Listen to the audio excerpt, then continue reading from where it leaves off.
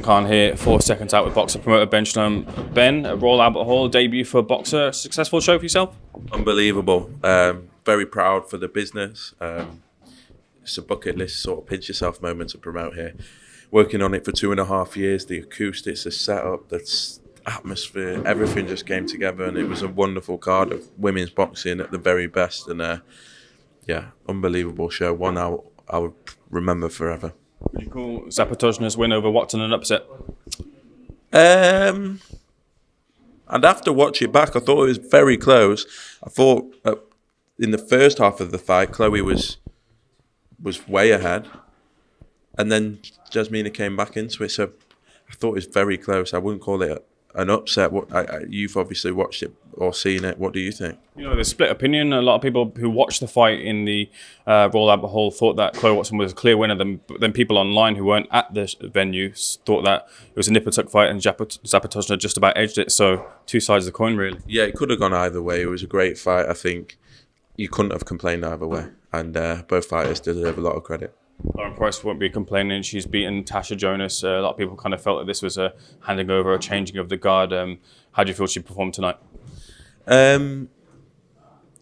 It was quite extraordinary, to be honest. I think it was a performance that we'll remember for a long time as the birth of a new star in the sport. She could go on to be the best that we've ever seen. Natasha Jonas looked superb in December. She looked great in a 50-50 fight against Michaela last year, but what Lauren Price did tonight was quite phenomenal. And I'm so excited to see where we go now. I think she mentioned Katie Taylor tonight. That's where we want to get to. And she has absolutely everything to be able to get there. On Jonas, what is the situation with her contractually? If this is to be a final fight, would it be the final fight on a deal as well too?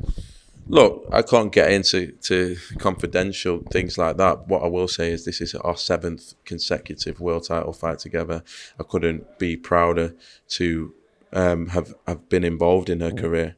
She's done more for the sport than any other fighter or person I've probably worked with. Represented GB in 2012, headlined the Albert Hall 13 years later, world title fights in multiple weight divisions.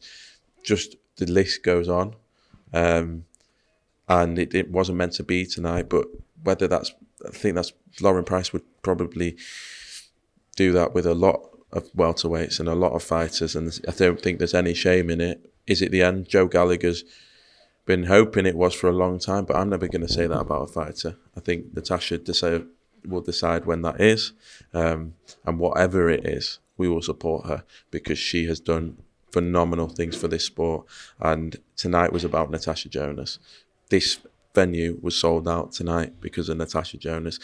We managed to get boxing back in the Royal Albert Hall because of Natasha Jonas, and that's a legacy that she leaves. Smooth things over with Joe. Always, Joe will do whatever he can for his fighter, and I respect him massively.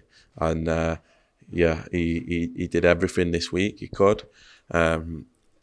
But yeah, respect him massively. A fantastic trainer, and I look forward to catching up with him. Do you have an update on Caroline Dubois? A lot of people were kind of saying that she needed help getting back to the changing rooms because she was feeling the exhaustion from that fight. She was exhausted. She had a virus this week, and we knew maybe later on it could take its toll, but she was absolutely out on her feet.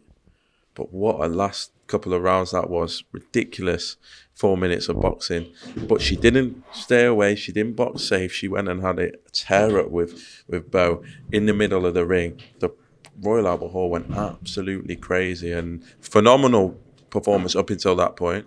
And then we saw she has heart of steel. She was dead on her feet. You could see at the end of the 9th round she was gone. She still came out toe to toe.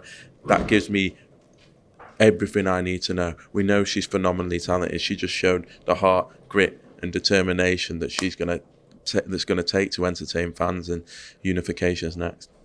Just a couple of final quick questions. Back to the big topic of Eubank Jr versus Conor Benn. Any correspondence as to the license situation with Conor Benn?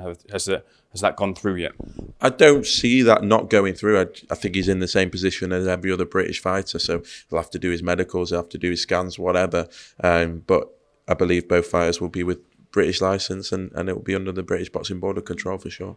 The other thing was both fighters have put up about drug testing and say they've completed a bout of the drug testing. Any results as to the results of any correspondence as to the results of those tests? you'd know if there was any problem.